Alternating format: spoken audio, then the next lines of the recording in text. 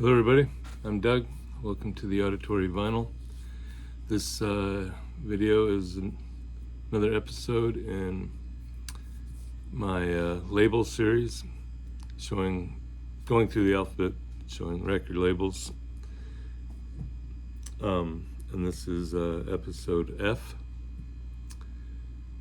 So, right off the bat,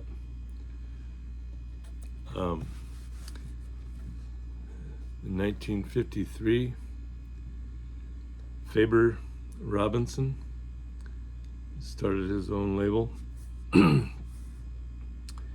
He also started Abbott Records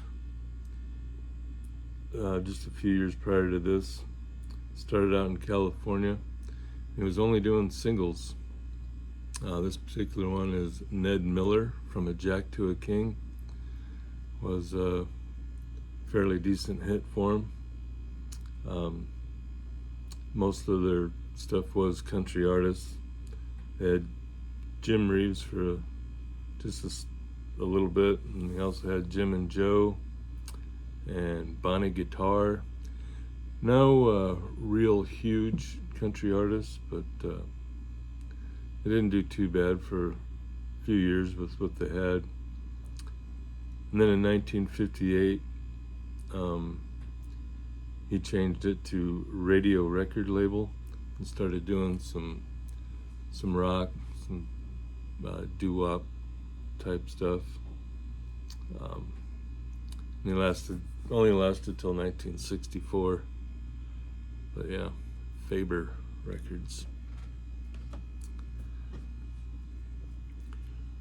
Fraternity Records started in Cincinnati in 1954. This one is John Gary, the crooner, The Bell Rings and Forget It. Also had Lonnie Mack. He did a guitar instrumental of Chuck Berry's Memphis. The Casinos, Kathy Carr, Jimmy Dorsey, the big band leader. And then in 1975 they folded. Just a small record label for almost 20 years, or right around there. Not a lot of huge hits. Fantasy, you've probably all seen this if you have any CCR. This is their Cosmos Factory from 1970. Fantasy started in 1949. Early jazz stuff. They had Dave Brubeck on there. He when he signed, he thought he was signing as part ownership of the label, and then when he realized he was only signing for his music, then he got mad and left and went to Columbia.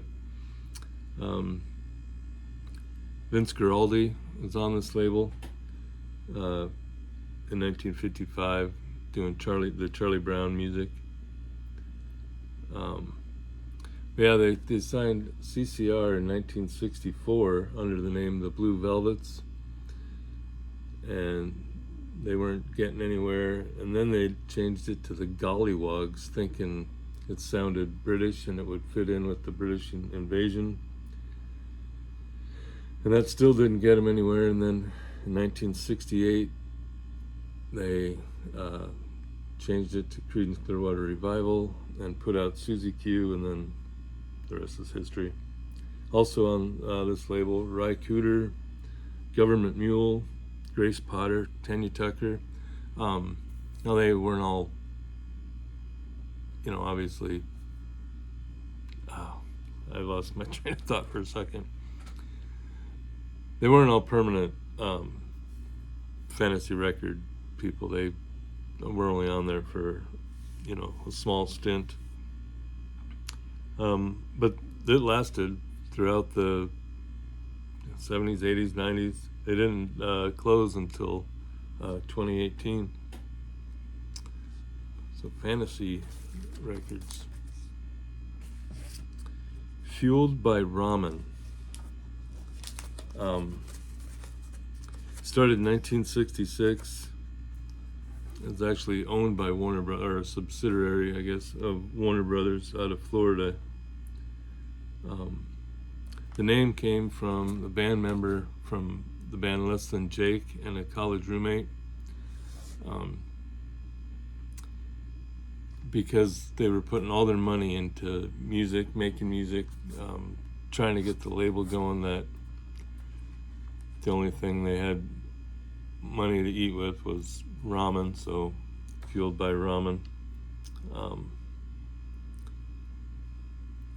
In 1998, they signed Jimmy Eat World, and then after that, the word got out, and they got Fall Out Boy, Gym Class Heroes, 21 Pilots, Dashboard Confessionals, Paramore, and Panic at the Disco. Now I got 4 Panic at the Discos, I got a Paramore, and they all have custom labels that doesn't really show like a like a Fueled by Ramen logo, I guess, if that's what you want to call it, but it does just say Fueled by Ramen there at the bottom. In 2024, they merged with Atlantic, and then just last year. So I think that is probably it for Fueled by Ramen, unless they bring them back and do comps or something maybe. Fontana. Most of you saw this on my other video series where I showed the Mindbenders. But they started in the 1950s as a subsidiary to Philips Records. The first single was an instrumental by drummer Bobby Graham, and the guitarist was Jimmy Page, which that would be a cool single to have. But Bobby Graham, he drummed for tons of people, but he was offered to drum for the Beatles before Ringo, but he turned it down for some reason. But that's kind of crazy. But yeah, if you look him up, he's just drummed, like I said, just for everybody.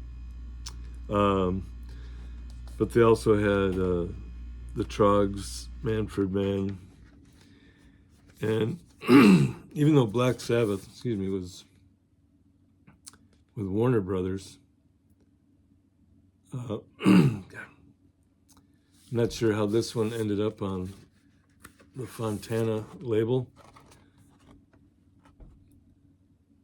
but there you go. It's a German press.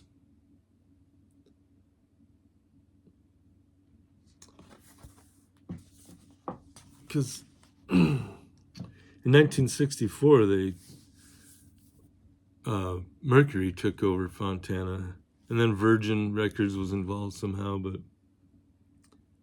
maybe Warner Brothers owns all of that. I can't remember reading that part, but maybe. But anyway, yeah. So Black Sabbath had a little record on Fontana. So there you go. That's it for this episode. Be moving on to G. Probably Grunt Records, I suppose, be one of them. Take care. Enjoy the music.